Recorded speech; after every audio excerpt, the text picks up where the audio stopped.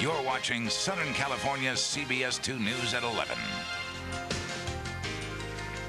Tonight, a Thanksgiving tragedy. A 2-year-old fights for his life after being struck by a hit-and-run driver, but police make a quick arrest thanks to neighbors who rush in to help. A driver hits a child in Verne, then takes off, leaving that child for dead, but that suspect doesn't get very far. 2 Good Samaritans use their cell phones to help track down the driver. John Huck joins us live with the very latest. John? Gretchen, the parents of Carlos Belandron are keeping vigil at their son's hospital bedside tonight. On the eve of his 3rd birthday, Carlos has a tenuous grasp on life. Outside the Pomona Valley Hospital tonight, a family prays for one of its youngest members. 2-year-old Carlos Belandron struck by a hit-and-run driver this afternoon. Doctors tell the family Carlos is in the fight of his young life. His heart was weak, it was getting weaker, and that he was brain dead, and blood pressure was going low, and that he didn't have a big chance, and that we just had to trust in the Lord, you know. Carlos was with his grandfather, Herman Quintero, the two walking along First Avenue in Verne. Carlos got ahead of his grandfather and never heard Quintero's screams as a car driven by a 17-year-old girl sped toward the boy. I've seen everything when it happened to him. It's threw him real bad. He went flying real bad. Quintero says paramedics were able to resuscitate Carlos, but the child remains in critical condition. The family suffered an eerily similar tragedy just days ago. 2 days ago, my husband died the same way. He was hit while crossing the street. Ruth Quintero is determined that her grandson will not meet the same fate. He'll be a miracle baby. I really believe in my heart. As we mentioned, 2 Good Samaritans help police track the young driver. She is in a juvenile facility tonight facing several charges, including felony hit and run. And in another sad twist of this story, the families of the accused and the victim know one another and have been friends for quite some time. We're live in Pomona. I'm John Huck, CBS 2 News. What a sad story. Let's hope the little guy pulls through. Thanks, John. There is a twist tonight in the death of TV legend Steve Allen. The coroner now has put a security hold on the entertainer's autopsy results. The 78-year-old died in his sleep last month of an apparent heart attack. But tonight there were reports that Allen had been involved in a traffic accident just hours before he died. The coroner's office is now trying to find out if the accident played a part in his death.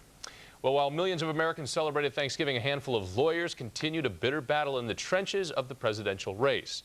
In Miami, Teresa Estacio tells us there is one thing in the Gore camp nobody there actually is ready to give up despite some legal setbacks today. It was the latest sign that Vice President Al Gore won't concede the presidential election without a fight. A spokesperson confirming the Democratic candidate won't give up, even if George W. Bush is certified the winner in the Florida recount. Well, our next step would be to file a contest action here in Tallahassee to contest the results from Miami-Dade County. The announcement came after the Florida Supreme Court refused to order Miami-Dade County officials to resume hand counting their presidential election ballots. The writ is denied without prejudice to any party raising any issue presented in the writ in any future proceeding. No motion for rehearing will be allowed. It's signed unanimously by all 7 justices. Without the Miami ballots, the vice president will be hard-pressed to catch up to Governor Bush by Sunday's deadline. The news from the Gore camp came as the ballot showdown moved to the United States Supreme Court. Thanksgiving Day saw a flurry of activity as the vice president's attorneys filed their response to a Bush appeal to stop the hand count. If the vice president decides to contest the election, it could drag out the process for several more days. But Gore advisors hinted that if they are ahead on Sunday based on the recounts in Palm Beach and Broward counties, then they may drop all court action. In Miami, Teresa Estacio, CBS 2 News. And for those of you keeping track on all this, Vice President Gore did pick up another 88 hand-counted votes today in Broward County. That cuts George W. Bush's lead to 713 votes if that hand count is allowed. Now, officially, Bush has a certified lead, and again, this is official, 930 votes. With his family at his side, Vice Presidential candidate Dick Cheney spent this holiday in the hospital. Doctors say Cheney is in good condition, recovering from what they call a very slight heart attack. As a key Bush advisor, Cheney's illness adds to an election already chock full of questions. According to the hospital, Cheney could be released as early as tomorrow. George W. Bush took the day to kind of get out there and enjoy himself. He spent the holidays with his family. The Republican presidential hopeful didn't let Texas drizzle and fog rain on his parade. He started the day off with a little jog near the state capitol. No answers to the questions from the reporters, but instead a few holiday greetings. I'm going to wish everybody, all my friends and family, a happy Thanksgiving. And I wish you all a happy Thanksgiving. As for Al Gore, today was also a quiet family day in the vice president's mansion at the Naval Observatory in Washington, D.C. Well, while a lot of people are filled with turkey dinner tonight, an Anaheim restaurant owner is filled with generosity in his heart. Take a look at all of these people who were fed in Anaheim today. 15,000 people came for the free dinner, and they owe it all to this man, Frank Garcia, the owner of Casa Garcia Restaurant. Garcia says he does this because he remembers his own lean times.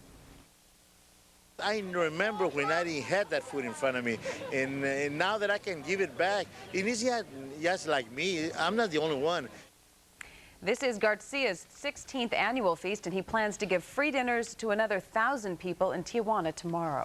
It is an annual ritual that's more than a decade old. For the 14th year, Father Maurice Chase handed out $1 bills to the poor on Skid Row.